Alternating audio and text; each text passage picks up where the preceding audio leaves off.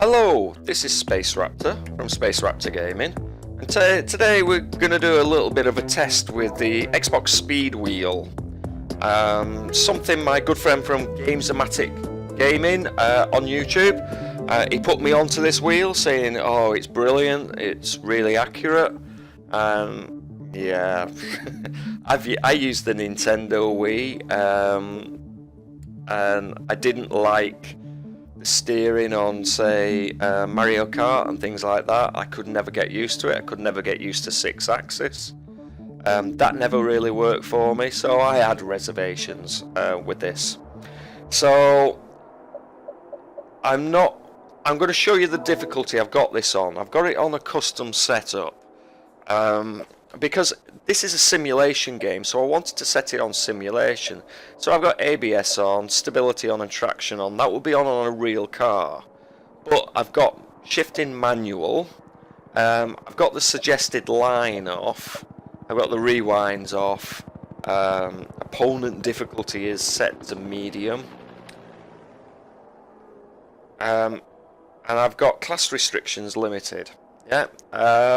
Pretty much this setup is in simulation mode as far as reasonable possible.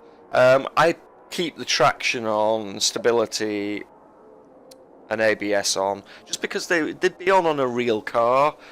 You've got racing drivers that drive with these on, so you know that to me is real, without setting the difficulty too hard for myself. But the manual gears is the most important thing. Can you use manual gears with this speed wheel? And this is somewhat we're going to find out right now. So we're at the grid, hardly on pole. We've got 3, 2, 1, and go! So here we are, and we're about to do our first shift. Went smoothly enough. Oh, a little bump there.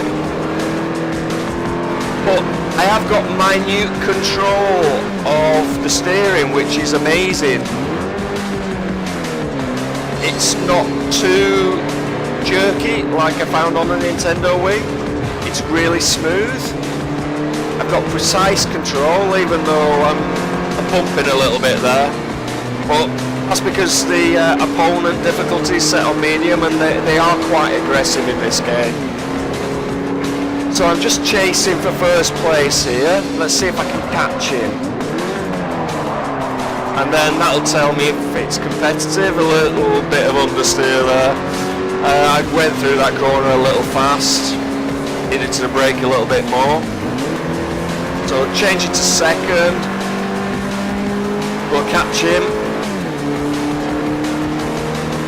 Change back into second for this corner, so yeah, I thought I'd gain on him there. See if I can get round him without hitting him. Oh, a little bit of a scrape, but I didn't hit, so really good on the steering controls. I'm very, very surprised. Now your actual gear selection is on the D-pad. D-pad up, D-pad down. It's quite intuitive. Because it's on your braking hand, I like that, because you're not always going to use your gears and your brakes at the same time.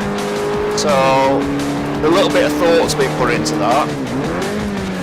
And I've got to say, it is very competitive. You can use it in the game for simulation. I am so surprised. Now this thing is aimed at my kind of market, as in, I'm nuts for driving games, I'm nuts for Forza, and I haven't got a room for a force feedback wheel. I'd love one to really get that simulation feel, but I've been using a gamepad up to now, just haven't got the room for a wheel, never have had. So this thing came onto the market and I just dismissed it as a toy, thinking it would not work.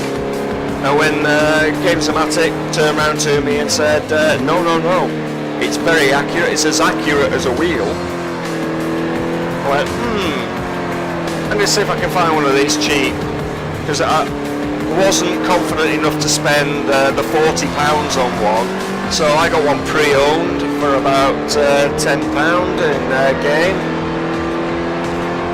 and well worth its money for Forza 4. I do believe you can play other games with it, but I just wanted to check the game it was made for, and a big thumbs up. Definitely, you can use this in simulation mode.